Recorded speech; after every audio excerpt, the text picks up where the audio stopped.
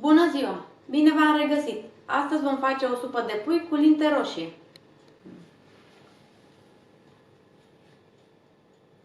Pentru această rețetă ne trebuie 200 de grame de linte roșie bine spălată, 700 de grame de carne de pui cu os, 3 cepe tocate, 2 morcovi tocați în cubulețe, o rădăcină de țelină tocată cu bulețe, o bucată de rădăcină de pătrunjel tocat în cubulețe, un ardei capia tocat în cubulețe, 250 de grame de roșii tocate în conservă, o linguriță cu boia dulce de ardei, 30 de ml de ulei, sare, piper și o linguriță de pătrunjel uscat.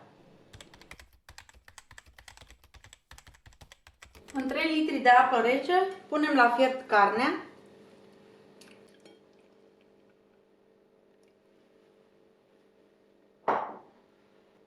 morcovul, rădăcina de pătrunjel și rădăcina de țelină. Cât timp fierbe carnea, călim ceapa și ardeiul. Punem o tigaie pe foc în care vom pune uleiul, așteptăm să se încingă, apoi punem ceapa și ardeiul și le lăsăm până ce se înmoaie.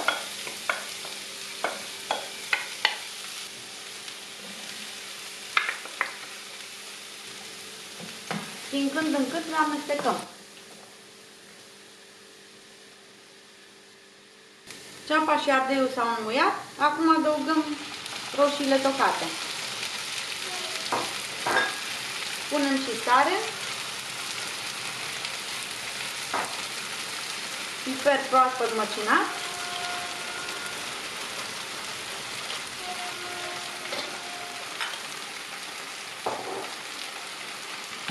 amestecăm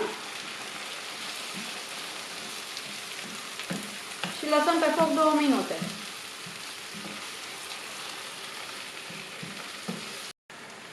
După cele 2 minute punem boiaua, amestecăm și luăm de pe foc. Dăm compoziția deoparte.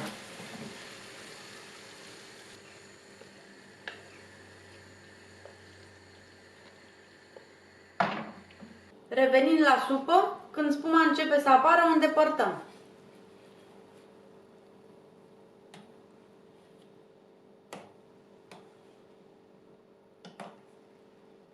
Repetăm procedeul ori de câte ori este necesar, lăsând carnea și legumele până ce sunt aproape fierte.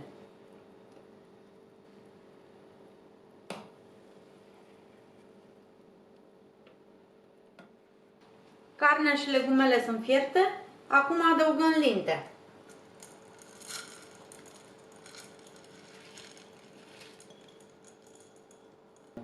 Lăsăm să fiarbă pentru 5 minute. Amestecăm puțin.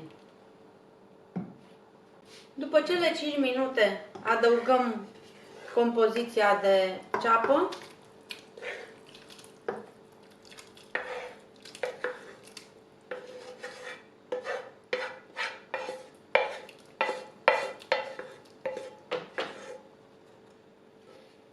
mai punem sare, piper, amestecăm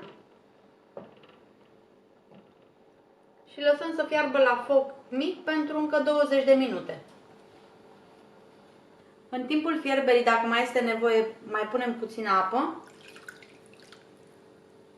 și acoperim oala cu capac, lăsând-o să fiarbă în continuare. După cele 20 de minute, adăugăm pătrunjelul, amestecăm puțin, închidem focul și supa este gata.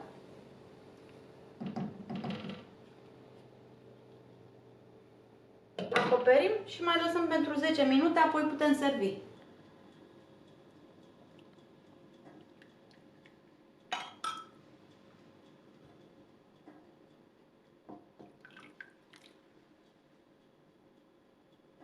Dacă ați apreciat rețeta, nu ezitați să vă abonați la canalul meu de YouTube și să lăsați un like. Aceste acțiuni mă ajută să cresc canalul și să vă ofer constant noi rețete. Veți primi notificări despre toate clipurile recente. Să aveți o zi excelentă!